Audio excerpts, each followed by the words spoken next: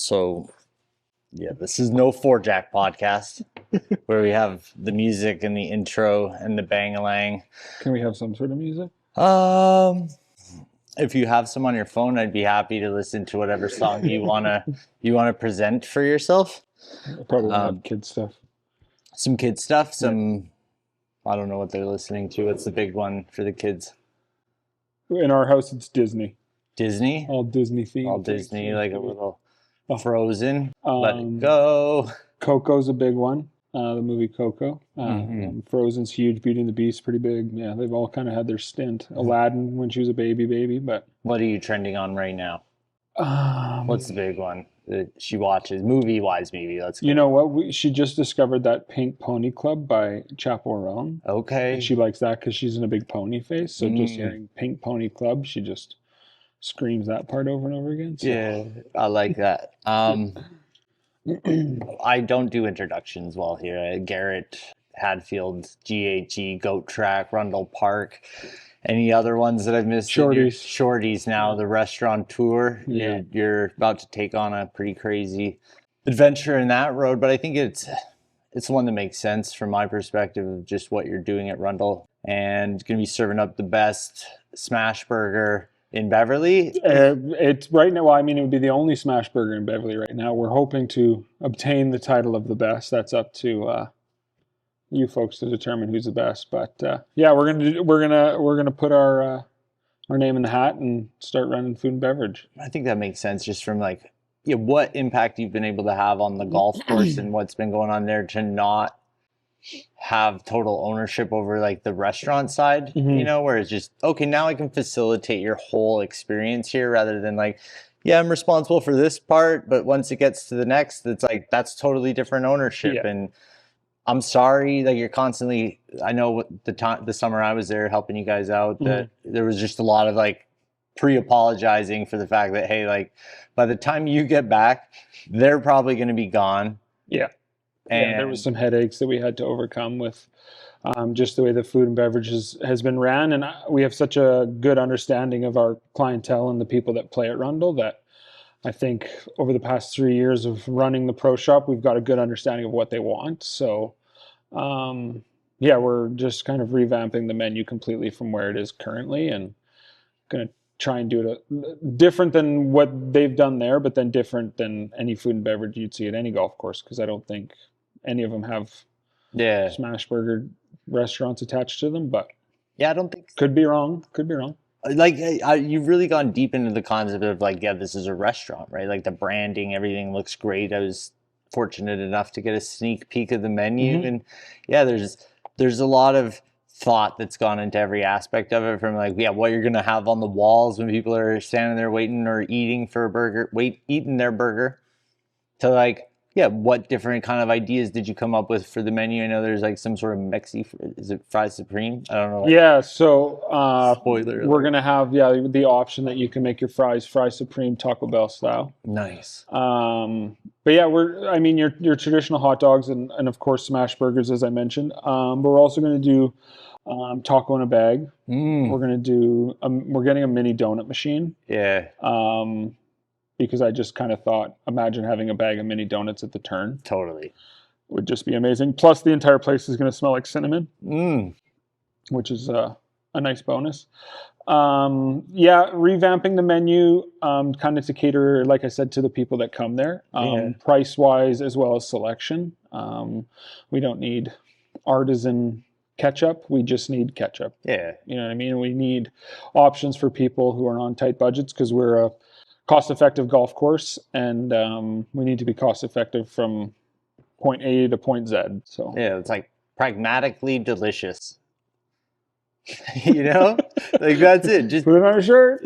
Slap. Put it on a shirt. Write that down. It's funny because coming over here driving, I'm going to go talk to Garrett today. What are we going to talk about? And in my mind, I had all these things let's talk about golf fashion, and then we were in the car talking about snowboarding, video games, and then I did not expect this podcast to start diving deep into restauranting, but I love it. That's the beauty of it. Let's see where it takes us. I think just hearing you talk about it, kind of I want people to have a takeaway from this chat with you, and I think your creativity is definitely one thing that I want people to like understand, and it's the restaurant and just how your brain thinks, like mini donuts, right? It's like, yeah, this has been something that's evolved into, like, not even evolved, I think it's something you've just honed, right? Like back to Goat Track and like where it all started, the creativity, right? Of Yeah. like, let's golf hoodies, right? Why can't people wear hoodies while golfing? Like, I'm pretty sure that was the first question that was asked, basically, was why can't we just wear a hoodie when we play golf? And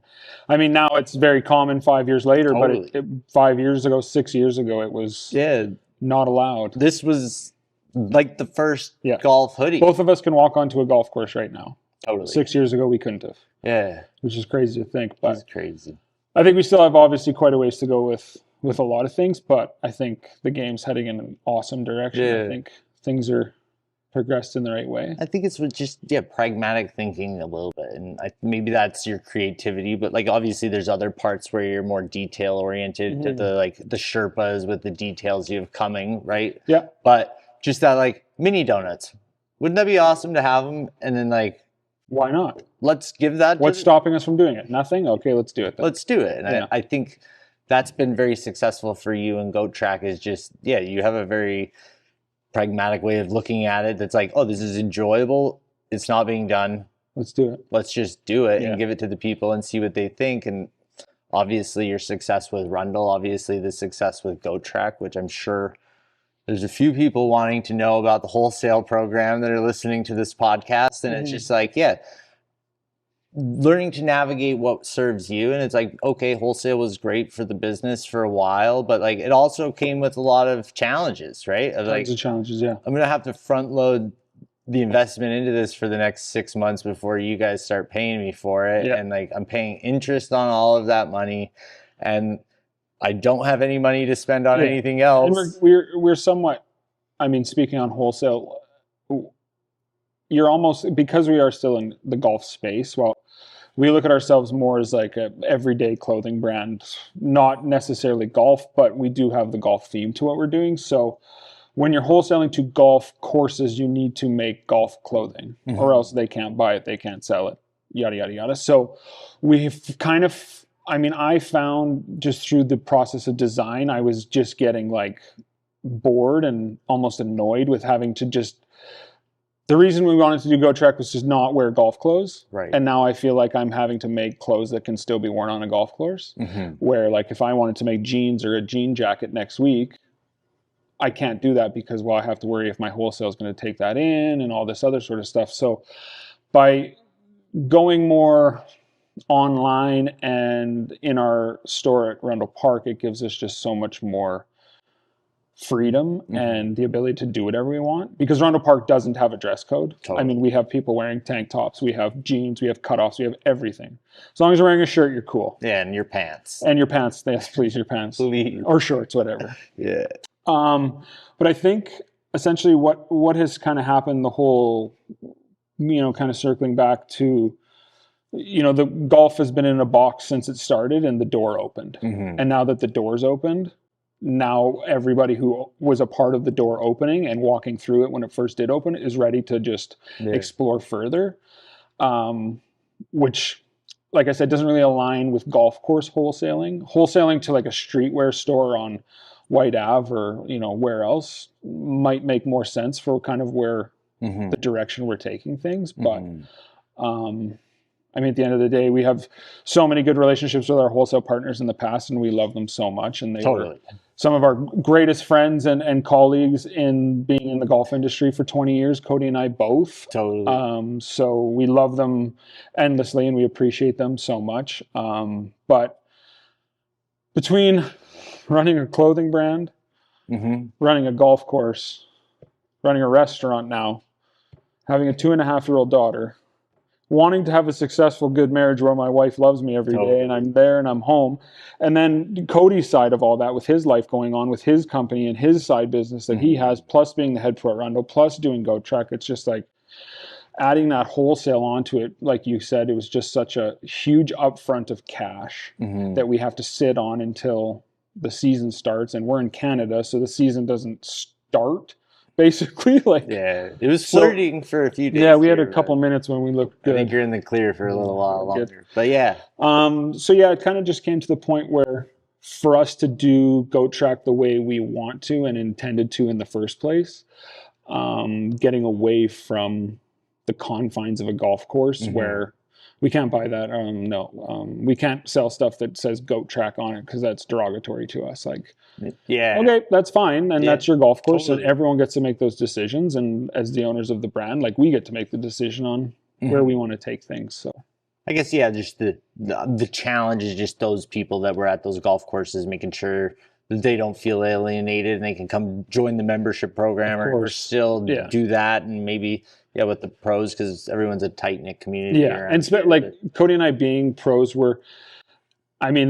since 2020, there's a billion golf clothing brands that have started, and all of them are kind of copycats of each other in some form or another. And I think the one thing that makes us different than all of them is we're owned by golf professionals, right? We're actual industry people who are we can make a difference at the ground level because we see people come to our golf course every day. Yeah, juniors are coming to my golf course every day getting free rentals. Totally. We are doing it. You're running a golf course. Exactly. With a restaurant now. So we don't have the time necessarily to be, doing the wild content. Hey, we're going on a trip out here to get content of Cabot or whatever, because we're so much on the ground. So in a way, that's maybe handcuffed Goat Track from reaching its true potential 5 years into this. But I wouldn't change it. I think we've grown with like a good amount of authenticity, and I think that's something we're told a lot by members of Goat Track and just people that we've met through it. So I think it's just coming down to like finding the model that works for you, right? Like, I think 100%. You've proved people love it. People love the community. Just what does that actually look like? And I like that you're not in a rush to figure that out necessarily, and it ebbs and flows as the brand continues to grow, where it's like right now, I think, email is that's where the community is. Those people show up to events. They show up to Rundle for the socials. They show up to Club Champion. They're showing up to see change. They're doing all these things that it's like, okay, let me cater to you guys. And I know that once you're in that part of the ecosystem, that like now we've got a community going, and then it's like, okay, how do I support my business model of like which suppliers, what am I going to make? How do I drop that in a way that keeps it fresh for them? Yeah. But also keeps it fresh for them, keeps the quality as high as we can get it. Yeah. And I think that's something, obviously it takes time to figure these things out unless you have $1 million brand and you're flying to these factories and doing these things. It does take a little trial and error. But I think we found some really good quality product, and I think our feedback's been really good on everything. But yeah, now it's a matter of continuing to just create and build and try things with clothes that you're not seeing or that I wanted to see or I wish I could see, and throw a goat on it, I guess. Yeah, 100%. That's what it ultimately came down to when I even started a clothing company, right? It's just like, I'm not seeing these things out. I don't see this that speaks to me. Let's go create it. I ended up hating the world of fashion and just I know you order samples, you think you tell them everything, and then you get it back, and then you're like, oh shit, the flies on the backside. This is whack. This is not what I'm trying to make right now. And that part of it just drove me mental. But so I respect you and appreciate that you're the guy that kind of figures that out and has to deal with it. Hey, they give you the 3 cents off on credit to the next one, which is kind of bogus when it's like, hey, you clearly forgot something. Yeah, if something goes wrong, it's always a funny okay, we'll save you. Yeah, we'll save you later. Save you a penny and a half later.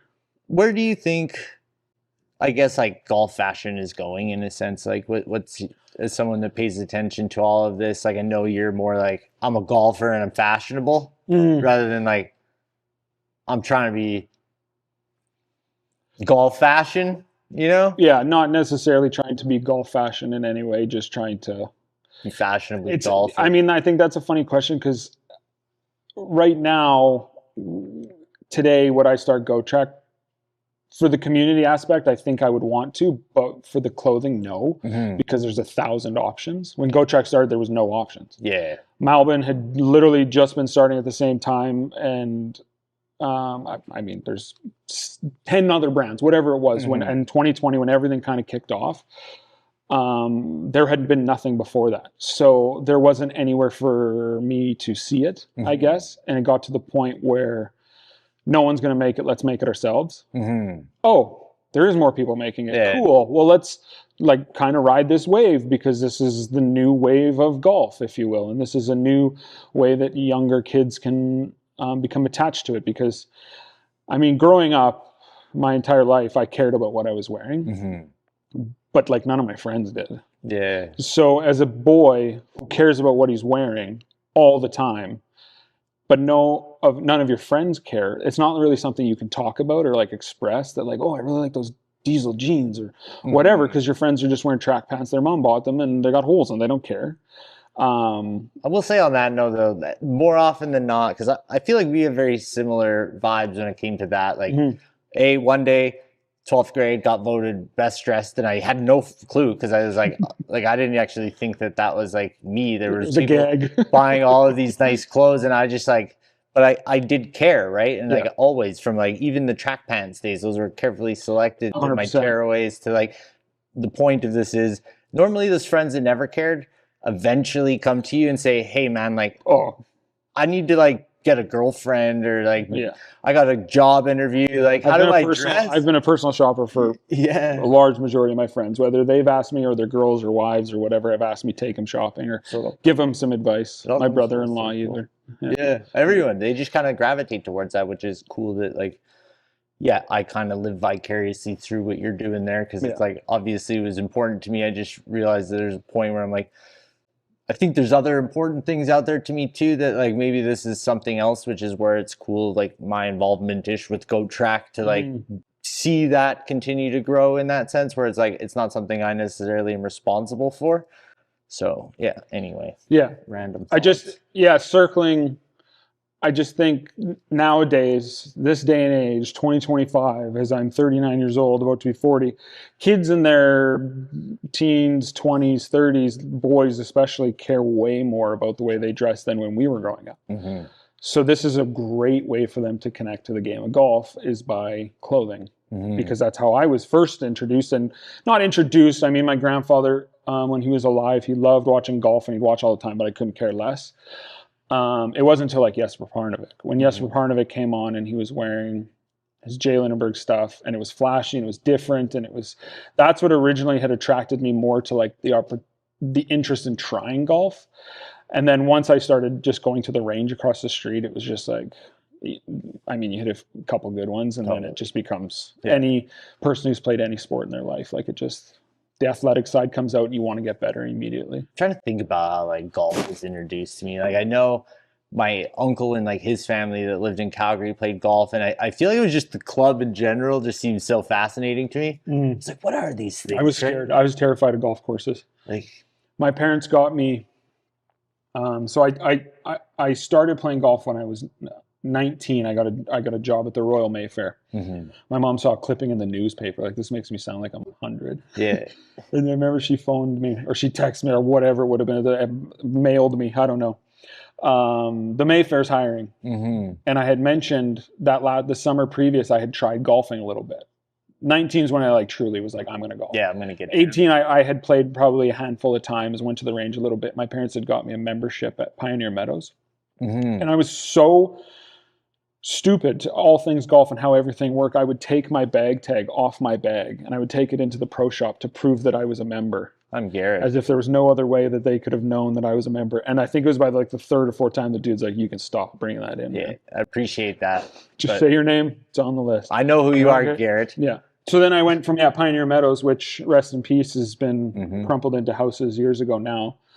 I went from there to the Royal Mayfair, which obviously is in Edmonton the most hallowed grounds as far as golf courses are concerned, and got to learn the way that they do it there. So it kind of like instilled the private club. For my first introduction to real golf was private club. Everything is proper. Everything is nice. That's interesting too. And then immediately left there after a year and went into public golf and haven't looked back since then. But I think there's a park just off 34th Street in like is it 23rd Ave, 34th Ave, just down the way, actually. I think it's like some Catholic school. And my friend's mom had like a 3-iron in the basement. And that was the first time I ever like played golf. Cool. We were just smacking the ball across this park trying to hit the goalposts of the soccer post. 100 yards, 300 yards. Oh, dude, it was insane. I was just like addicted to this game of like, you try to hit it first and I'll try, and like, before you know, we're just like cracking 3-irons around this like park everywhere, and then eventually convinced my parents to buy me one single 5-iron and then take me to the range. And then that is the great thing about golf is that it is addictive. So if you want someone to get into it, it's not impossible. But it can really turn some people off too. You know, like there's some people. It depends on the personality type for sure. If you get really mad and frustrated, don't start as an adult. Probably you would like need try. To get young. But there's just some people I've like tried to get into golf, and it's like, nah, I don't know. As long as you can separate ego from like ability and understand, I'm here to have fun. I'm not here to shoot a score. Who cares about the score? Don't keep score. Just play for time, and have drinks if you drink, or smokes if you smoke, and do whatever you do. Then go golf. But if you're to make contact, I mean, I understand getting mad. I got mad a couple times. Not mad, but like just defeated, right? Like defeated is worse than I just can't even hit the ball. Yeah, like, I don't want to be here. That'd be tough. That would be tough. Yeah, and it's interesting because then, eventually, I had a friend, and I think he was like 9th grade, whose grandma had a membership at Belvedere, and then I got on like her affiliate kind of thing, and then that was my introduction. Like it's no Royal Mayfair, it's pretty, but it's pretty nice, and like it was fancy, and like I appreciated that in my life because it was like I was kind of a feral child, like I would say, like I was just out doing things, and hustling. Well, not too many kids were snowboarding and golfing. True, like that. It was the perfect harmony for me. Yeah, it's like summer. It is honestly the perfect harmony. More kids should do it. Yeah, and like I mean, hockey to golf is a big one, but it seems like kids just play hockey 365 now and put their parents in insane debt. But it's like I felt like golf was just like I'm dropping you off at the golf course. It's a babysitter. I'll see you in like 7 hours, right? And we'd play golf, and then driving range, then bunker, and then putting, and then. We would put a hot dog on your account, keep going. And that was the same thing with snowboarding, right? It was like my mom dropped me off at the mountain or the hill, not the mountain. It's definitely not, definitely not the mountain. The creek, the gully. Yeah. And we were like the lost children there, just like figuring it out. But like Belvedere, you know, you have successful business people around. You have people that like run a tight ship, and they like when they see you acting a fool. Yeah, golf. Pull you into line, and golf is an incredible babysitter, and especially if you were to be at a private club, because I mean, as a parent, bells on the intercom to let people know, and then Alan LG is the guy behind you, and it's like, hey, there's things you do and there's things you don't do, and that's one of the ones you don't do. And yes, sir, thank you, sir. I apologize. Yeah, to have your kid grow up at a private club would be. I mean, as a parent now, I know I would be reading the riot act and be like, okay, you screw up one time and you don't play here anymore, and you go back to the place with weeds everywhere. Yeah. It's up to you. Yeah, you'd be golfing in the VR set if you're lucky, right? You're done on the Wii, baby. You're done. That's funny. No, I'm very grateful for that. It was a 1-year stint, and then obviously Chris Paisley, 4Jack Podcast, he was a big Bellevue guy, so like we built on some of those relationships with him there, and like golf. You end up getting lifelong friends out of it, right? Like there's just not many things you do with people for 4 hours, right? There's nothing, especially as adults. There's nothing, and it gets harder to be able to like allocate that 4.5 hours, which realistically becomes like 6.5, 7, because you're like I'm there an hour early and there an hour later, and golf all of a sudden, is an 8-hour round. I just is 8 hours. Logged a full-time shift. To all non-golfers, golf is 8 hours long. Yeah, no less. Yeah. Unless you're playing Rundle Park, it's 3. Totally, which is the beauty of Rundle and where it really fits into like my heart of hearts, because it's nice to be able to get out there. You guys are pretty good about the tee sheet, and depending on where you played, what you haven't done, you might throw a guy out on the back, and you can play 9 in an hour and 15 minutes, if that. Yeah, I mean, Rundle Park, the experience of Rundle Park is the best, because it's the most expensive green fee we could possibly have is an adult green fee on the weekend. It's $34 for 18 holes. Which is robbery to yourself, basically. We have power carts. You can take them if you want. We have push carts. We can take them if we want.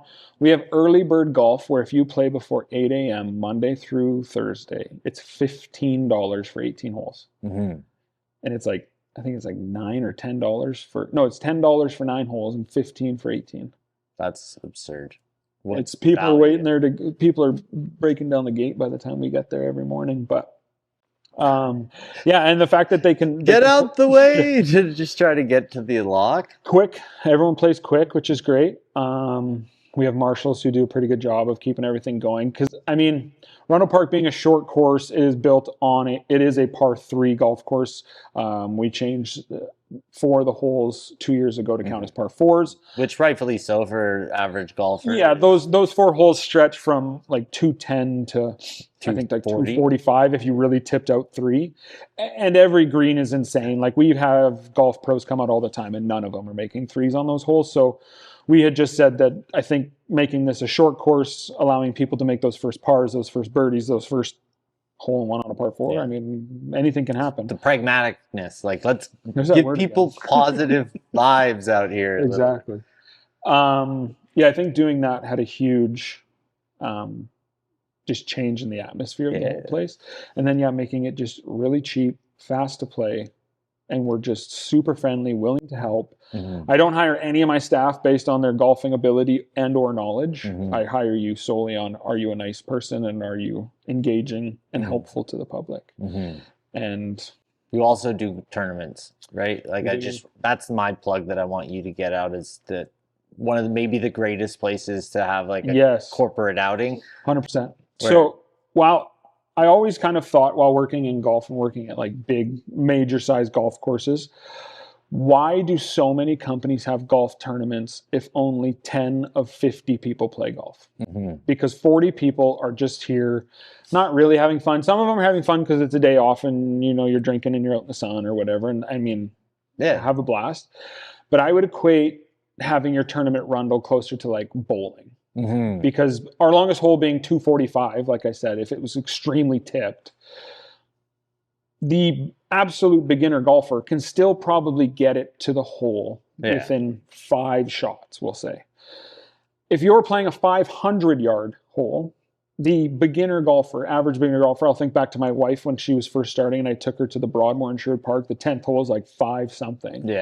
And she had swung at least 9 to 10 times and we're just approaching the fairway because now she's in the rough and it's not moving. Well, our rough is lower, our greens are a little slower, so it's not super slippery, and because our greens are also insanely undulating. And which is fun too. I think it just adds to the character of the whole place. Like it's makes you use your imagination. Yeah, I don't want to say it's like a carnival because it's not. I feel like it's still I think we do a pretty good job running a pretty tight professional ship there. Totally. But we err on the side of let's have as much fun as we possibly can. Yeah, I think like you go play a golf course that has like 1 degree of slope everywhere. Like, you know, there's nothing and like I don't think it helps people visualize like what a golf ball is capable of doing on the green when you're putting and like seeing like, oh, okay, there's 3 feet of break there. Yeah, we have putts that from to the side of the table here, I have to aim at the TV. Yeah. I mean, you've seen it as the club champion multiple times. It's things bend out there, and it's a 1-footer isn't a gimme. No. There ain't no, I mean, we have to put out everything. We've made the rule, which is obnoxious, but. No, it is cool. So yeah, I don't know. I think people should definitely reach out to you about any sort of corporate thing, especially now that you got Shortees and can like pair it together just 100%. One whole. Yeah, burgers, tournament. Yeah. We don't care as far as company size. Yeah. Totally. If you have 8 people, if you have 80 people, if you have we probably for 2,000 people might be a bit dumb. The biggest tournament we do every year is the Sea Change, the brewery. They do their tournament for their basically just their supporters and everything else.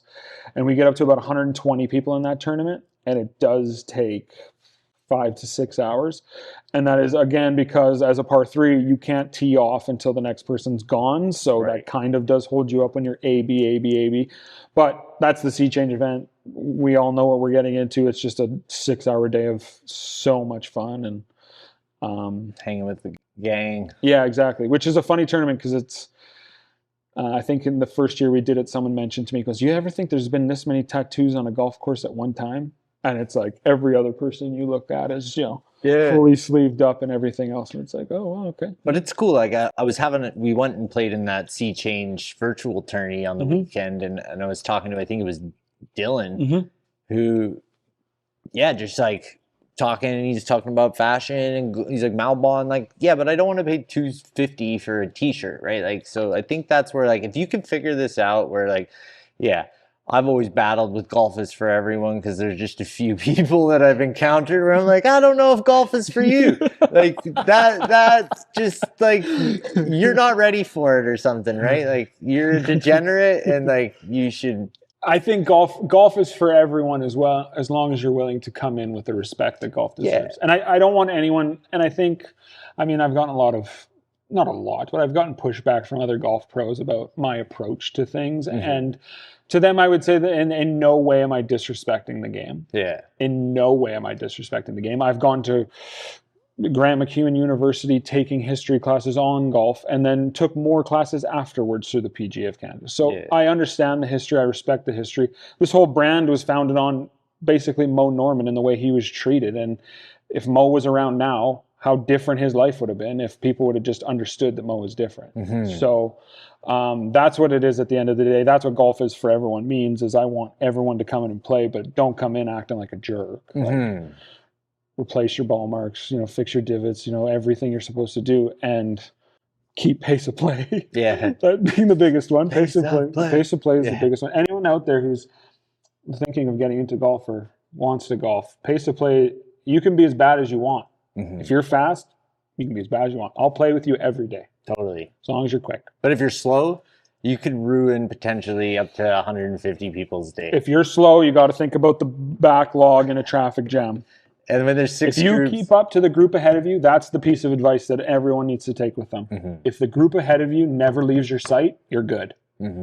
No one can tell you to speed up. No one can tell you anything. As long as they don't, they're off the green as you're hitting in. They're off the fairway as you're hitting. Like, just follow them around and you're good. If you notice they're getting away from you, I mean, if they're running, I guess I'm talking out of it. But I think that's fair. Just like, it's okay to move fast. Like, it can be overwhelming. And I think sometimes you just need to think less, right? So like that idea of like, okay. I think as a beginner, it's amazing tip to think less, because I mean, I go back to my first time on the range, standing over it, thinking, keep your arms straight, do this. But that's where the range time, that's where that thought process, that's where that learning of golf is.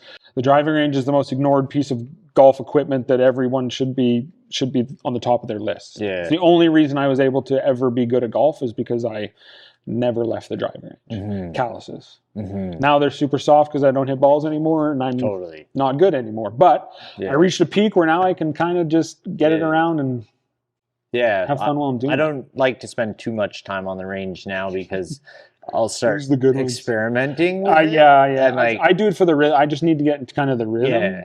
Like 10 balls or so, like maybe more, depending on like if I'm struggling with something on the course. I like a good wedge, like a good short game practice.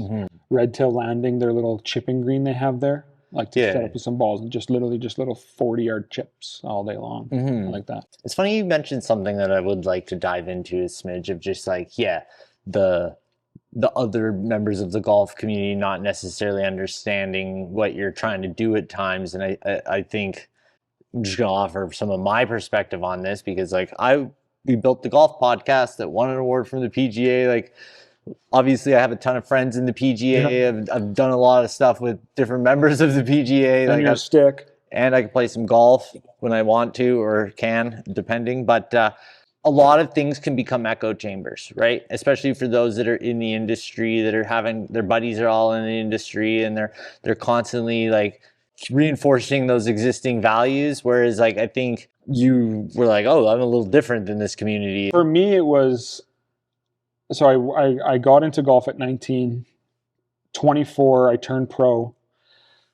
By like 26, I was working for TaylorMade as a club fitter, because I just didn't want to be in the pro shop anymore. That's when I was going through some life stuff, but I was really having a hard time identity-wise. I just felt like golf, it just, you had to be this certain thing to be able to be successful in golf. Totally. And at this time, like, social media wasn't like it was, and obviously the clothing wasn't like it is, and all that. So I got out of golf completely, and that's when I went and worked in men's fashion, because I just needed to do something that wasn't in that space, and immediately got a tattoo. And I got it. I had tattoos while working in golf, but I always got them on my legs. Yeah. Because as a pro, you're wearing pants. You're never wearing shorts. So I could just kind of, I think I had like 1 or 2 on my leg. My last year working at a golf course. But then, when I got out, I got a tattoo on my arm here, and I remember thinking to myself, well, I'm done. There you go. There's the nail in your casket. You're done with golf. Interesting. And then it was like a year and a half, 2 years later, when I started working at Golf Traders. The store Golf Traders opened up here in Edmonton, the new and used. I mean, we've done 4 Jack podcasts. Go back and listen to that one. That's a good one. Yeah, that's a good. Like 6, 7 years ago, 8 years ago. That's old. At least 5. Yeah. Oh, minimum 5. 2019. I don't even think Go Track would have started. So it's got to be. It was pre-Go Track. 6 years ago. Yeah.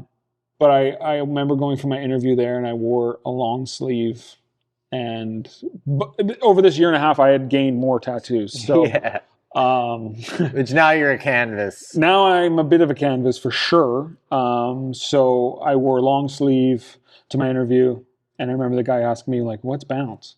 And like just some like pretty mundane questions. And I was like, a month ago I was like fitting tour players in Vancouver, and now I'm explaining bounce. Yeah, here's a picture of me fitting Natalie Gulbis. This is when I was bending her irons. Like, what are we doing here? So I got the job, and then it was, I don't know, about a week and a half of us working, opening up the store, and I was outside taking the old decals off the windows, and it was starting to get hot, like that late March heat when the sun comes out. And I was like, I gotta do it. And I ditched my sweater, and all my tattoos are out, and I'm outside doing it. And then I came in, and I had 2 owners, one older guy who is just one of the most incredible dudes, just love him to death. The other guy wasn't a big fan of me. Okay. He's the one that originally hired me. But I remember him like kind of a bit of a double take. Yeah, a bit of a double take at the tattoos. But then I think he realized pretty quick that the tattoos didn't. Yeah, they don't make the man. Anything about anything, and I cared enough about his business, and Corey Collins and I wanted to see it be the best it could, so we worked our buns off, and now they're huge, and they got more stores, and nothing but love for Golf Traders. Carlo, Corlett. But I think that just that journey then makes you see things from like the outsider perspective, right? Like of like getting a tattoo and being like, I'm done, right? And then like getting back into the industry. I think it just like we're done on this. But I think that gives you that perspective of like, okay, for those that maybe do feel a little left out or like afraid to get involved because of like the tightness of the community, and like it's the optics of the community being super tight, which was intimidating. Going to a golf course, I remember being so intimidating. And I was getting a tattoo the other day for my birthday, and we had this conversation that I associate going to a tattoo shop the same as going to a golf course. Before going to being in golf and now being tattooed, I had the same level of, I don't call it anxiety, but like nerves. Like an angst. An angst, exactly. So the first time I got like my traditional tattoo at like an old school traditional shop, the dude said 4 words to me the whole time. And I was just like, did I piss him off? Yeah, I was like, is he mad at me? Like, what? I don't know what I did wrong. And then after that, I went to a new tattoo artist. Turns out he grew up at Belvedere, where you were talking about. Nice. So now we're instantly golf buddies. Meet another tattoo artist who's a golfer. And it's like, now I've made all of these like really good homies who are tattoo artists who are all golfers, who, whether they were golfers before I met them or now they're golfers, because we've all kind of gotten in their ear, and they're all building simulators in their garages. Simulators in their garages, putting greens in their backyards. Like loving everything. Loving every second of it. So it's nice that like, I think you've helped really build a bridge for a lot of people to get comfortable with the game. Like, I know there's a lot of brands out there doing it, but I think like we were definitely pioneers in Canada for sure. 4Jack podcasting, goat tracking. Like, I think it's different to stand on a driving range and tee off with tattoos versus being the guy behind the counter booking your tee time. Totally. Being covered in tattoos. I think now I think you see it obviously way more often, even just in the past 7 years or whatever it's been. But I think it's great. And there's like more tour players have them too. And it's just like, I mean, I was given a dirty look playing at a private club here where you could tell the person knew I wasn't a member, didn't think I belonged to be there based on the fact I was wearing a polo and shorts, but had 40 some odd tattoos showing. I didn't belong, even though I've been a professional for 15 years. Which doesn't even make sense. Yeah, but because I had tattoos, to him, I didn't belong on his golf course. And like his brain associates it all with these things where it's like, and I'm a straight white man. Totally. So if I could feel like that for even just an ounce of 2 seconds, like that was enough for me to be like, I don't want anyone to feel like that. Like, why can't someone just come play golf? Like, who cares? Like, why does it bother you? Yeah, just people love to make quick judgments, I think, and that's the problem, where it's like everybody just needs to like ask a question, get a little deeper, because if like these people who see you at this golf course were to just know anything about you and realize like, oh yeah, Garrett goes home and watches My Pink Pony with his daughter, right? Like they'd realize like you're not out there like slanging drugs or doing anything like it's like when we were in Vancouver and Page's buddies thought I was a drug dealer just because I had tattoos and like was wearing shorts. Like I literally was just wearing shorts and a t-shirt. Like, is that guy a drug dealer? It's like, no man, I just like to express myself on my body. Like, I started a clothing brand and I got a goat on me to like represent that. Like, I'm obviously guilty of it. We all are. People are very quick to judge, and I think if we can just, at least in golf, that's kind of mine and Cody's goal, and the whole thing is just open the space up to everyone to have a chance. At least if you want to try, I mean, Rundle Park we're welcome. We will come try. Totally. And I think with the industry focus thing is just that balance of like, they can appreciate that, hey, like you're out there thinking about ways to like make the game grow and like reach these different communities, while at the same time it's like, okay, like, what are you guys talking about, and how can I understand like what's important to us as a tradition, and like make sure that this new community understands tradition, because exactly the respective. I think we've reached that point of like golf is for everyone who's not a dick, and if you're willing to like. Well, one of my biggest things is people who say that this clothing doesn't respect the tradition of golf. Wear traditional golf clothing. Unless you're showing up in knickers, a wool tweed suit of some kind of blend, shut your mouth. Yeah. Because you're talking out of your ass right now, because when does your tradition start? Yeah. Because in the 90s, what they're wearing in the early 2000s and into the 2010s would not. That's Lycra. You can't wear that. DuPont hadn't invented it yet. Exactly. That's baggy cotton. You can't wear that. That's a suit. You can't wear. Like, what are we doing? Like, if people think what Malvin's doing and what we're doing right now is the end of this, like, no. Like the alarm clocks are going off, things are going to get way different than where they're already at, because we're now just dipping into like normal clothing. Never mind the new wave of golf stuff. Like, you never know what's going to be coming, right? Like, it could get more sporty at some point. Guys could go back to be wearing, remember the compression shirts under your polos? Totally. The Decan Special? Remember the Sun Ice pullovers? Decan wearing one of those at a golf tournament. I remember, I didn't know who he was at the time, and I remember thinking he was an actual like tour player.